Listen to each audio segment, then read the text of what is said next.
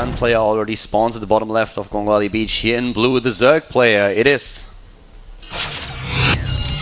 Samsung Shine. not to be confused with MVP Shine, the former TSL player. This is a Casper player and has been for a very long time. So don't mix that up. There are two of them and both play Zerg. Makes it a little bit harder to distinguish them. And starting to the top right of the map, we have in the first map of this best of 3, the Protoss player for FX Open. It is FXO Seed. Seed. Such an accomplished player. So famous for his run through Code S back in the day, and also for his Team League performance where he used a lot of hallucinations. Yep. People have been calling him the force field fiend as well. Like, his force fields were always spot on. They were like art. And let's see if he can show that again today. Talking a little bit about the matchup here, and in general also, of course, about the statistics for both of the players. Let's focus a little bit on their offline statistics in Heart of the Swarm in this matchup. Seed actually didn't play too much offline just yet against Zerg players. He played one best of 3, took one of the maps, but he lost the best of 3 against Snoot. And that was actually like just last month, whereas Shine has a lot more matches. Most of them best of 1 since he played a lot in Pro League. If you look at his map score, he played 9 maps against Protoss offline in Heart of the Swarm. Forget what you see on screen right now. These are of course only the GSL statistics, and that includes Wings of Liberty, therefore it's always a little bit misleading. But talking about Shine again, he has 9 maps played in Heart of the Swarm offline against Protoss so far, and he won 56% of them, took 5 of the maps, lost 4. So a little bit of a so-so record here, but a lot of more data available from him than from Seed. Yeah, that's definitely true. And this probe is very annoying. Blocks the hatch, and will continue to block the third. And there's the course. So Seed is going for a gateway expand, something that Shine does not yet know, actually, as his Overlord is... He's Overlord scouting, doesn't send a drone out, so right now, he really wants to get this third hatchery up, but the pylon is also not cancelled, so this is very, very annoying. And you know, this is one of those maps where you have a very exposed third base, or not really exposed, but it's very far away from your main base. There's a long walking distance that you have to account for. So let's see how exactly we have... This is, by the way, not the match between Life and Cop. This is, of course, a bit of a wrong overlay that we currently have. I guess that's going to be fixed by production in just a second. Yep. This is Seed versus Shine. Don't be confused by this. The match overlay should be fixed. Look at this core block here. I mean, he is really committing to blocking. He even cancels his sentry because he knows the core is going to buy him a little bit more time for the lings. There are 6 lings in total, so he needs to make sure that he can micro against these with his Stalker. Without a force field, it is going to be a little bit of an issue. He actually goes for the pylon first, though, at the third base. Yeah, and this is also one of the things that you have to think about it a little bit. When you have an opening like this, where the Protoss player goes into a gateway first, you are very reluctant to get that third base very early in the game. And now at 4:30, we already have the third base. So we have actually a little bit of an opportunity here for C to be aggressive if he wants to. But Zerg players have been adapting a little bit better just lately against this aggressive style that we see from many Protoss players in Heart of the Swarm. Yeah, this is a situation that Seed is essentially forced because of the way he blocked the hatcheries. He's going to have his second Stalker out just now, and with 2 Stalkers against slow lings, he should be able to micro this as long as he does it to the best of his ability here and take out these lings, chase them away. And he already sees the Nexus, so that's not going to be hidden at all. Yeah, the Nexus is definitely spotted immediately. And really interesting is especially the Overlord that we have to the top right of the map right now. Overlord is already starting to make his way into the main base, and you want to have those Overlords in good positions. You can see in the main base of Seed that we have to the bottom left, we have a pylon there, and that pylon is there to spot an Overlord, but he doesn't really account for the Overlord that comes in from the top right, not really a position where you expect the Overlord. So right now everything is visible to Shine. He knows about the gas being taken, about the timing here, and he will try to find out what exactly the tech choice is going to be, but he's a little bit too early for that. Yeah, that's exactly right. That's the most important part. He's a little bit too early, so there's not too much to see at this moment in time. These lings will surround and kill this probe.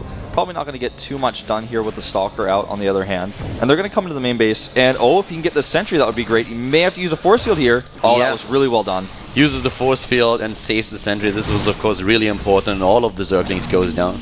So that gives him a lot of scouting information, Shine that is, but he loses a bunch of Zerglings in the process. Yeah. And he still doesn't know about the tech. He only saw the additional gateway being added. And there is no tech just yet. There's the Forge. And we'll probably see a robotics go down fairly soon here, unless he wants to do a really strange build. We have also a very delayed Mothership Core, if you think about it. Usually when you go for this build, the Mothership Core comes out very fast because you want to have it as soon as possible so that you can deal with initial aggression from a Zerg player. But what Seed did here is he gets those sentries out a lot faster, and they can already build up the energy. So he will have more force fields at his disposal, but it takes a little bit longer for him to get the opportunity to use the Nexus cannon. Yeah, that's very true. And you know, with no Stargate here, definitely not a whole lot of Overlord hunting going on or any sort of early drone pickoffs. The lair has been started for Shine, and still we don't really have any tech for Seed, which is, you know, I wouldn't say it's bad for him because he's getting the +1, he's spinning his gas well, but he's going to find himself tech-wise behind very soon. The lair, by the way, is a little bit delayed here. Usually you would expect the lair nearly a minute earlier than it was built in this case. So let's see what exactly he's going to do with this. We already have the Roach one on the way. That will give him, of course, safety against gateway attacks, at least to a certain extent. And with the delayed lair tech, he will get a little bit more gas here. He was focusing on the minerals earlier, and now going into all the additional extractors, going up to 5, not 4 if I'm not mistaken. Yep. Yeah. And he's going straight into the Burrow upgrade. And Burrow is a great tool if you are facing a gateway attack. It's true. And we are going to have a light gateway attack. He only has 3, so this has to be a unit force and then a recall because the Roach Warren is already ready. This has already been spotted. He knows he's not going to do critical damage here. He has to just force some units and recall and try to maybe take a third base behind this. With his Twilight Council, be able to get +2 and blink, but he can't really do a lot of damage with this attack because Shine is already ready. This is just him taking down the rocks early. That gives him a bit of an attack path, an additional one later on in the game. It also forces the Zerg player, once upon the attack being scouted, to just react and get the units out there. But Shine is a little bit unlucky with his link placement. He didn't see anything so far. This is completely unknown to him. Finally, 2 of the Stalkers make their way down to the ramp and take down the Zergling. So Shine has now an inkling, and he's already getting a lot of units here. And to be quite frank with you, I think that once the recall happens, Shine has to do something with these units. Yeah, he just can't sit. This is way too much. Exactly. He's going to have to at least try to poke at the front, maybe pick off some of those structures. And Shine is known to be a very aggressive player, so that would actually fit the profile. It certainly would. And now he's just going to want to force field here. Oh, those force fields, I want to say really bad, but he needs to recall fairly soon if he wants to save these units. He already loses a sentry. That were definitely not seed force fields of old, so it was a little bit more shaky and had to use 4 force fields also to block at the ramp then later on, but losing one of the sentries, of course, not what you want to happen here. And right now what we have for Shine is a huge counterattack coming in while he transitions into the Spire. And Seed has to be careful right now. He needs to have that recall if he wants to have the units at the back. He takes down the Overseer, but Blink was already been scouted, and we have still all those Zerglings just running around, trying to check if there's a third base. Roach is coming in now as well, and the army of Seed is on the way back home. Yeah, I wonder if he didn't recall because he wanted to make sure he had enough energy for the overcharge. Once he saw that many units, he was like, whoa, that's a lot more Roaches than I expected.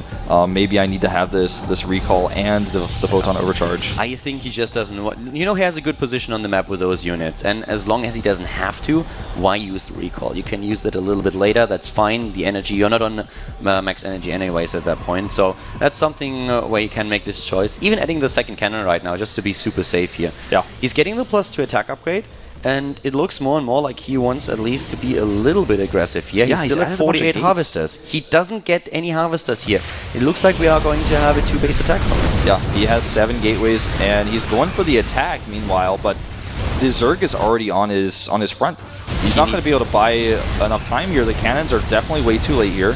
Yeah, he has no force fields at this point. He's really just trying to go for a counterattack. There comes the sentry, but a little bit too late. Now Roaches and Zerglings in the main base, and that's a bad spot for Seed. He saw that attack coming a mile away, but he didn't have the Mothership Core with his army, so all he can do now is go for the counter-aggression. But there's 15 mutas on the way, Calder, and those are really going to be a problem for mobility here. Obviously, the mutas can't fight this army straight up, but not without the Spine Crawlers being ready. So smart by Shine, going immediately for a bunch of Spine Crawlers at the front. 7 are being built right now. A huge army on the map for the Zerg player, going into the main base now, trying to snipe that Nexus's force field at the front. A little bit too late. Zergling streaming and taking down the sentry. And Seed, he took out base 4 and 3, but can he really break through the Spine Crawler wall? I don't know. They're not ready yet. The mutas, on the other hand, just kind of sitting here a little bit, waiting. A few of them going down. Here comes the drone pull. And immediately, of course, the Blink action going strong to the top right. We have the Mutalisk doing what they can at the natural. A lot of Stalkers still there, but the big problem really being that we have so many Mutalisks that in the end it might be a little bit too much for C to handle, but at least he's trying to break through the Spine Crawlers here. Every single Stalker that he loses is a big problem with all these Mutalisks on the map now. He blinks to the best of his ability, but He's losing so many hit points and he's lost so many structures. He has one probe out on the map and he has enough money to make a Nexus. Well, not anymore because he just made 3 Stalkers. He knows the Mutalisk are the biggest thing he has to deal with right now. He tries to win it. At this point, we have 41 as supply against 73. He's going in again, taking down Mutalisk, killing Jones, Queens. But all these units in his main base are just taking down structure after structure. And Seed, he doesn't have a Nexus anymore. He's going to be revealed eventually. And with 13 Mutalisks on the map, this is going to be really difficult for him to win. Yeah, because it's not just the Mutalisk, it's also the 24 Lings on the map that he's going to fight against. There's also a few Roaches. He goes for the Spire here, but that probe, he's only got 1 probe left, and if that's found, the game is over. Yeah, but on the other hand, we don't have him with enough minerals to build another hatch. So this is going to be a really interesting game, since the probe is now going to the bottom left, and the probe alone could drop another pylon, or at least a bunch of assimilators. Yeah. So in this situation, if he takes down the last hatch, right now he just has to deal with the army. Seed is not out of this just yet. Yeah, it's not over yet. But the mobility, that gives Shine an advantage. He has to kill Shine's army. That's really the goal here, and he has to keep the probe with his army for this reason. And he also has to make sure that he makes the pylon on time, because he only has right now the Twilight Council. There it is. That's it. He already built it. Already built the pylon here. But now the Mutalists are on the hunt, 18 Stalkers. And there's a huge army for the Zerg player. He needs to somehow take this out. He can just try to target this down. If it dies, it's over. If he targets this down with his units, that's the end. Oh, that blink was not a good one. GG. Exposed with the cooldown and the Zerglings running in. GG.